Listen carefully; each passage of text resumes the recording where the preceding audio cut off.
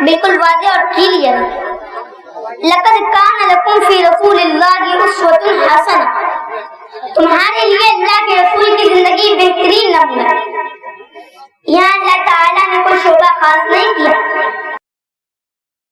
کہ بازار اور مارکیٹ میں اپنی منمانی کر سکتے ہیں.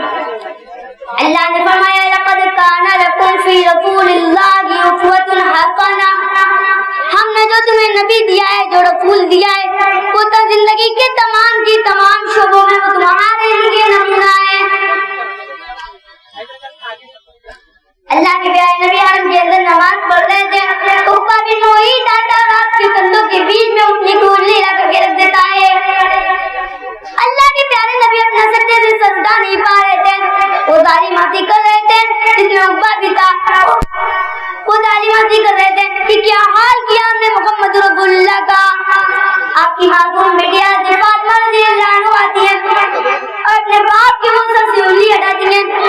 آپ نے سجدے سے سر اٹھایا، سلام پھیرا اور اللہ کی بارگاہ میں آپ نے ہاتھ اٹھایا اور فرمایا اللہم علیک بقریش، اے اللہ تو قریش سے بدلہ لے لے، اے اللہ تو قریش کو پکڑ لے. اللہم علیک بابی جہل بن ہشام، اے اللہ تو ابو جہل سے انتقام لے لے، تو عتبہ سے انتقام لے لے، تو شیبہ سے انتقام لے لے، تو ولید ابن عتبہ سے انتقام لے لے، تو عقبہ بن معیط سے انتقام لے لے. سب کا نام لے لے کر اللہ کے پیارے نبی نے بد دعا کی. ایک انصاری صاحب یہ کہتے ہیں میں نے بدر کے کنویں میں، بدر کے میدان میں، بدر کے کنویں میں سب کی لاشیں پکڑے ہوئے دیکھا تھا.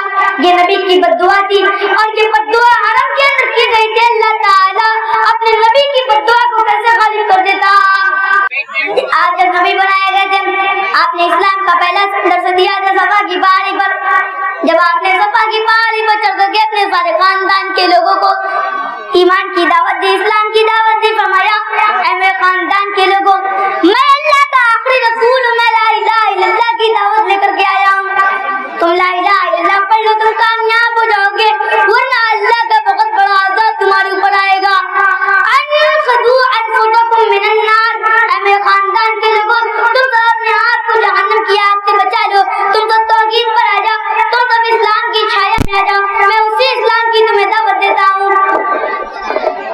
پھر آپ نے حضرت فاطمہ سے کہا اے فاطمہ سلیلی من مال ما شئتی، تجھے میرے مال میں سے جو چاہیے تو لے لے، لیکن لا اغنی عنک من اللہ شیئا.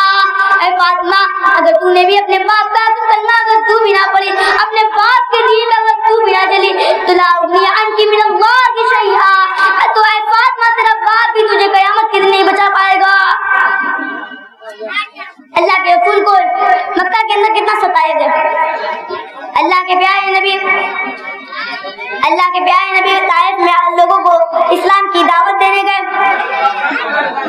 اللہ کے پیارے نبی کے اوپر اللہ پر ایمان لانے، طائف والوں نے اللہ پر ایمان لانے کے بجائے اللہ کے پیارے نبی کا مذاق بنایا. ایک ہفتہ گزر گیا، اللہ کے نبی مایوس ہو کر طائف سے واپس جانے لگے. سرداروں کو پتا چلا کہ محمد واپس جا رہے ہیں.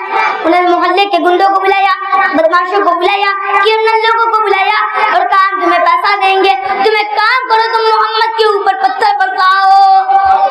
اللہ اللہ، وہ نبی جو رحمت کائنات بن کر کے آیا ہے، وہ نبی جو انسانیت کے درد کو دور کرنے کے لیے آیا ہے، آج اس نبی کے اوپر طائف سے پتھر برسائے جا رہے ہیں اور دونوں طرف سے وہ محلے کے بدماش گنڈے اللہ کے پیارے نبی کے اوپر پتھر برسا رہے ہیں. اللہ کے نبی کے اوپر پتھر برس برس کر کے خون رس رس کر کے آپ کے جوتوں میں جم رہے ہیں. اللہ کے پیارے نبی اپنے ہوش و آواز سے بیگانہ ہو گئے. جب آپ کو ہوش آیا تو آپ 3 کلومیٹر کلمہ سالم نام کے مقام پر آپ کو ہوش آیا. میرے نبی کو پاگل بھی کہا گیا، میرے نبی کو مجنون بھی کہا گیا، میرے نبی کو دیوانہ بھی کہا گیا، میرے نبی کو شاعر بھی کہا گیا. اللہ کہہ رہا ہے تم میرے نبی کو شاعر کہتے ہو، تم میرے نبی کو مجنون اور پاگل کہتے ہو، تم میرے نبی کو دیوانہ کہتے ہو.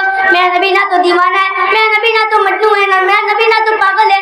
تنزیل من رب العالمین، میرا نبی تو اللہ کی طرف سے نازل ہونے والی کتاب پڑھ کر کے تمہیں سناتا ہے، وہ تو تمہیں قرآن پڑھ کر کے سنایا کرتا ہے. آخر میں اللہ رب العالمین سے دعا کرتے بات اللہ تمہیں کرنا سننے زیادہ کرنے کی توفیق فرمائے.